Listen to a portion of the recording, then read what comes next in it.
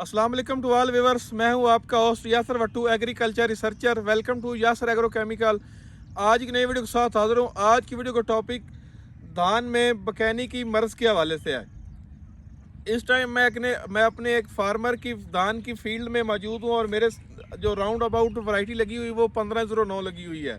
और आज डेट 30 जुलाई 2024 और 15 की सावन हो चुकी, सॉरी सावन की 15 हो चुकी है।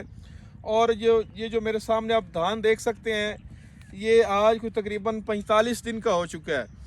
और ये मेरे बड़े प्यारे फार्मर हैं, उन्होंने बहुत जल्दी बहुत अर्ली काश्त कर लिया।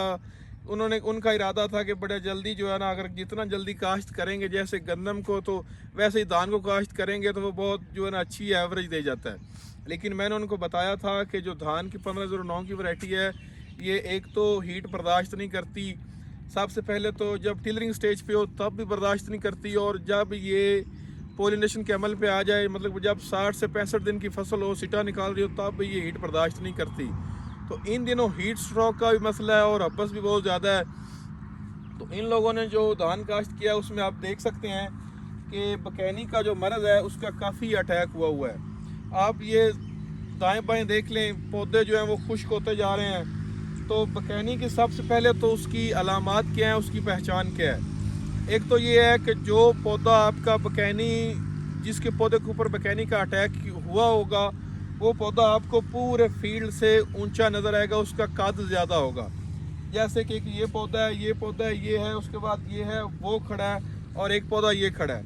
ये चंद पौधे, वो इनका जो कद होता है वो बाकी फील्ड से ज़्यादा हो जाता है, और इसका मतलब है कि इनके ऊपर बकैनी का अटैक हुआ है। और फिर ये ऐसा ऐसा मुरझाना शुरू होते हैं और ज़मीन बोस हो जाते हैं, ज़मीन को जाके लग जाते हैं और फुल मुरझा जाते हैं। तो आपकी ज़मीन में नागे पैदा हो जाते हैं, गैप आ जाता है धान की फसल में। इसका बर वक्त इलाज करना बहुत ज़रूरी है। और दूसरा मसला ये है कि जो बकैनी का पौधा होता है उसके ऊपर सुंडी का अटैक भी ज़्यादा होता है। तो बकैनी का जो इलाज है वो ये है कि आप 400 ग्राम थायोफनेट मिथाइल जो है ना फ़ी एकड़ आप उसका स्प्रे करें। आप FMC सजेंटा बायर का किसी कंपनी का भी ले लें, तो थायोफनेट मिथाइल जो है 400 ग्राम फ़ी एकड़ आप उसका स्प्रे करें। उसका बेहतरीन जो है ना यही हल है।